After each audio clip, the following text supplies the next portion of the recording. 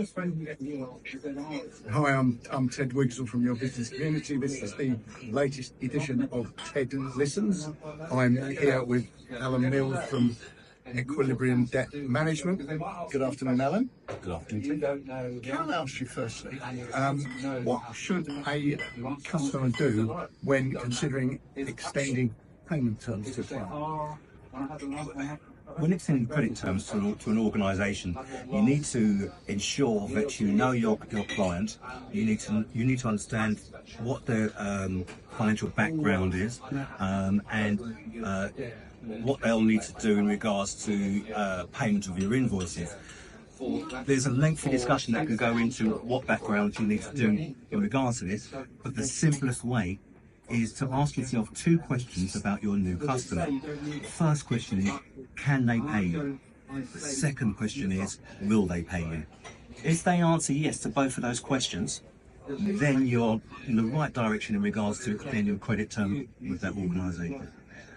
I come from a sales background in regards to credit control and debt recovery, where we don't really have the opportunity to say no to new customers. What we do is we say yes, but. So, for example, yes, but 15-day payment terms or 7-day payment terms. It's always a yes, but. Thank you, Alan. What can customers, what can businesses do to prevent late payments and potential bad debts? If you're the type of organisation that extends credit terms to your clients, for example, 30-day payment terms, I would always say to you that although you send an invoice out on the 1st of January, you don't have to wait till the 31st of January before chasing that payment.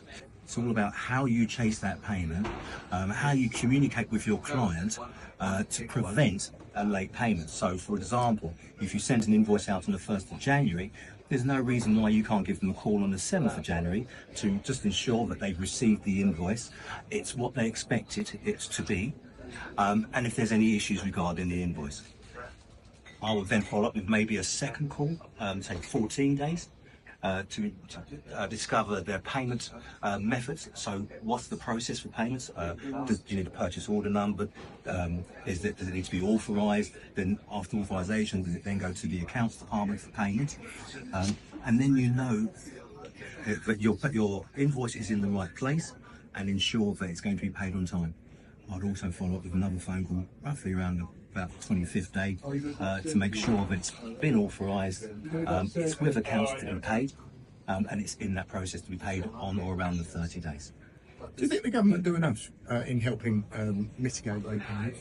No, they do not.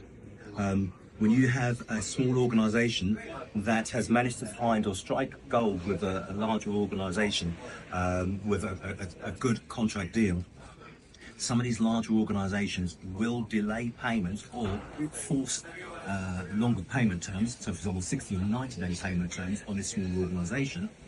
And in some cases, some of these small organisations do go under, and therefore the large organisation gets away with that service and not having to pay for it.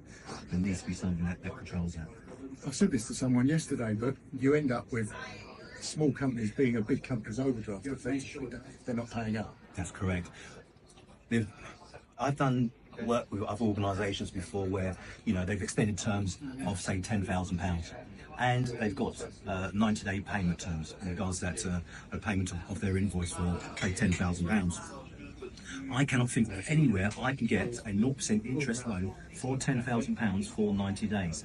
These larger organisations are rewarding themselves exactly that, and it's at your expense. And small businesses, as you say, think they've struck gold, but they've only struck gold when they get paid, don't they? It's important to note that a client is only a customer once they've paid you. Yeah. Anything up until that date of payment, they are merely an expense. Good way of putting it. And lastly, last question, you touched upon it already, but how important is it to get to know that business you're extending credit terms to? It's vital. The number of customers that have come to me regarding an outstanding invoice, and they've just got Bob Smith over there sort of thing. You need to know who your client is. You need to know who you're contracted to be working for. You need to ensure that you know the exact company name of the organisation, where they're based, where they're trading from, which may be separate. It's also a good exercise for you know your client.